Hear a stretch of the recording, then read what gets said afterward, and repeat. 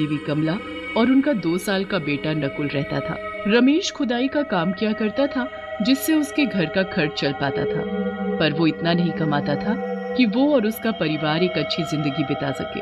एक दिन जब रमेश रात को थका हारा घर आया तो आते ही कमला उससे बोली, आपको पता है ना, कल मुझे मायके जाना है, मुझे जाने से पहले कुछ पैसे दे देना। हाँ मुझे पता है, पर आज जो कमाई हुई उससे घर का सामान ही आ गया, बल्कि थोड़े पैसे कम ही पड़ गए थे। हे भगवान, अब मैं कैसे जाऊंगी अपने घर? खाली हाथ जाना कोई अच्छा लगता है क्या?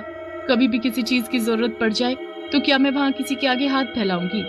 मैं तुम्हारी परेशानी समझ रहा हूँ, पर क्या करूँ, मैं भी मजबूर हूँ। और तुम्हें तो पता ही है कि कितनी कमाई हो पाती है और क्या ही बच पाता है। हाँ ठीक है, अब मैं क्या ही करूंगी कहीं जाकर, यही ठीक हो। कमला रोते हुए अंदर चली जाती है। रमेश को कमला के लिए बड़ा ही दुख होता है कि वो अपने मायके नहीं जा पा रही। रमेश भी उदास होकर सो जाता है। अगले दिन रमेश काम के लिए निकलता है, पर उसे कहीं कोई खुदाई का काम नहीं मिलता। रमेश निराश होकर घर आने लगता है, पर तभी पीछे से कोई उसे आवाज देता है, अरे ओ भाई, जरा सुनो तो। जी कौन? क्या आपने मुझे आवाज दी? हाँ भाई, तुमको ही बुला रहा हूँ, आओ। जी सेठ जी, बोलिए। तुम खुदाई का काम करते हो? जी सेठ जी। अच्छा, यहाँ से थोड़ी दूर पर मेरी जमीन है, वहाँ मुझे ट्यूबवेल लगवाना है। ठीक है, मैं आपका काम कर दूंगा। रमेश बड़े मन से वहाँ काम करना शुरू कर देता है। पूरा दिन वो वहाँ की झाड़ियों को हटाने का काम करता है।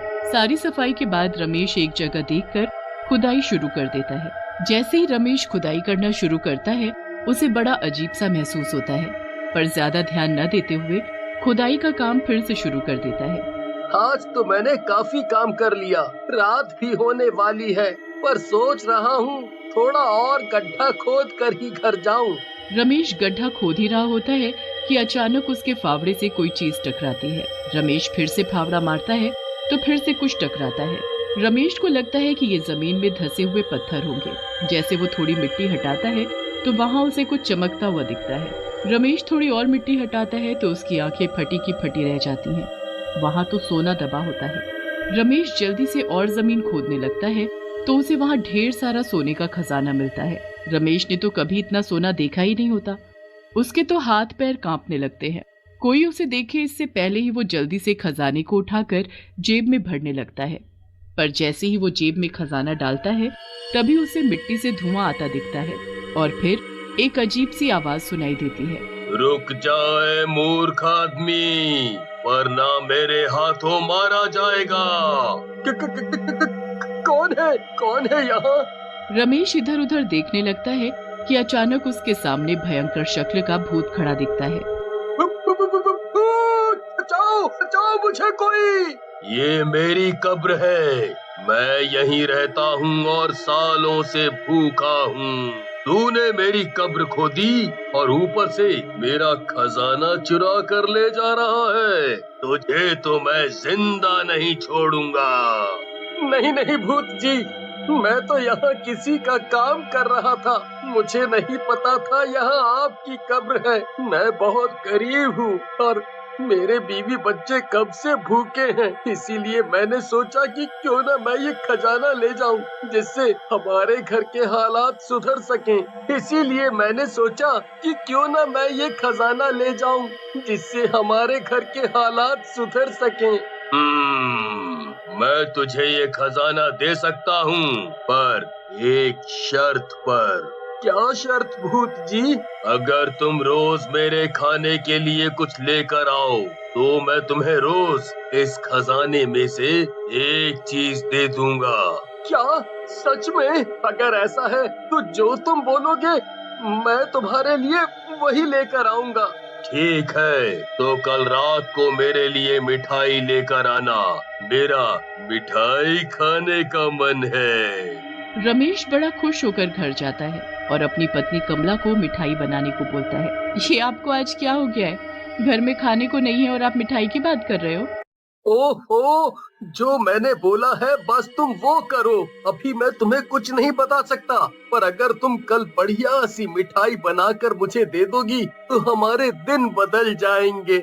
मिठाई बनाने से कैसे दिन बदल सकते हैं? लगता है गरीबी ने आपको पागल कर दिया है।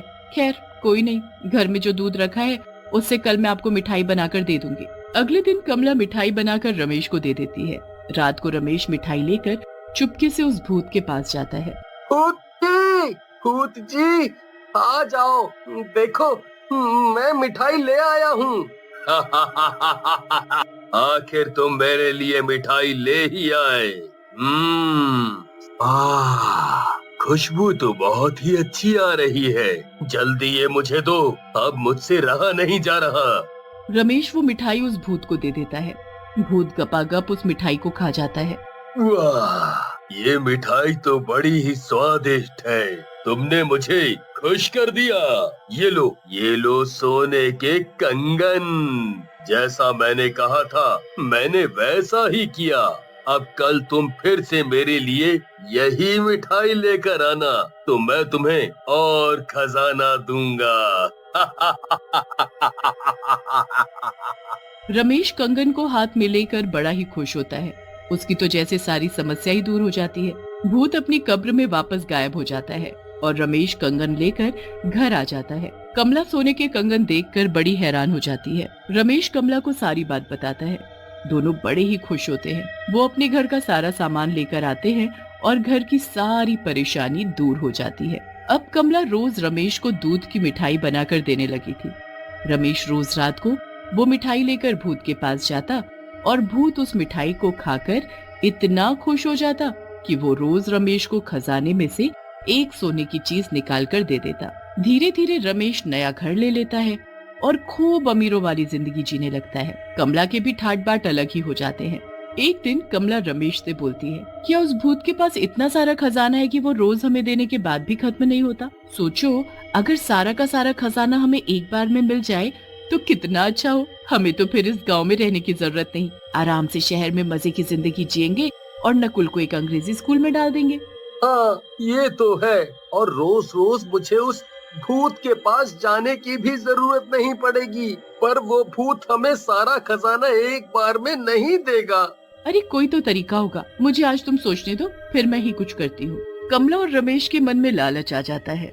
अब दोनों सारा खजाना उस भूत से एक बार में लेने के बारे में सोचते हैं। कमला दूसरे गांव में एक तांत्रिक के पास जाती है और उसके पास जाकर झूठ मूठ कर रोने लगती है। बाबा मेरी मदद करो। बाबा, मेरे घर में एक भूत का वास है जो रोज हमसे मिठाई मांगता है। अब हम क्या करें बाबा? आप ही ऐसा कुछ उपाय बताओ जिससे हम उस भूत को खत्म कर सके। मैं तुम्हें एक फबूत पढ़कर देता हूँ। तुम उस फबूत को मिठाई में मिलाकर उस भूत को खिला देना। मिठाई खाते ही वो भूत भस्म हो जाएगा। कमला उस तांत्रिक से भभूत लेकर घर आ जाती है और मिठाई में मिलाकर रमेश को दे देती है। अब इस मिठाई को खाते ही वो भूत भस्म हो जाएगा। रमेश मिठाई लेकर भूत के पास जाता है। आ गए तुम मिठाई लेकर। मैं कब से तुम्हारा इंतजार कर रहा था। आज तुमने आने में बहुत ही देर लगा दी। जी, बस वो आज मिठाई को ज्यादा स्वादिष्ट बनाने में मेरी बीवी ने कुछ ज्यादा ही देर लगा दी। चलो कोई बात नहीं, तुम मुझे मिठाई दो बस। भूत रमेश के हाथ से मिठाई लेकर खाने लगता है। मिठाई खाने के बाद ही भूत का शरीर आग की तरह जलने लगता है। ये तुमने मुझे क्या खिला दिया? क्या था इस मिठाई में? मेरा शरीर क्यों जल रहा है? मैं रोज रोज तुम्हारे लिए मिठाई लाकर थक गया था, इसीलिए आज मैंने तुम्हारा अंत ही कर दिया। अब ये सारा खजाना लेकर हम शहर जाकर मजे में रहेंगे। भूत तड़प तड़प कर जलकर भस्म हो जाता है। रमेश जल्दी से सारा खजाना एक पोटली में बांधकर घर पहुंचता है। रमेश पोटली को खोलता है तो उसके पैरों तले जमीन ही खिसक जाती है। पोटली में मिट्टी और कंकड़ पत्थर के अलावा कुछ भी नहीं होता। हे भगवान, हम तो लुट गए, सब बर्बाद हो गया। कमला जल्दी से जाकर घर में रखी पोटली लेकर आती है, पर जब उस पोटली को खोलती है तो उसमें भी कंकड़ पत्थर होते हैं।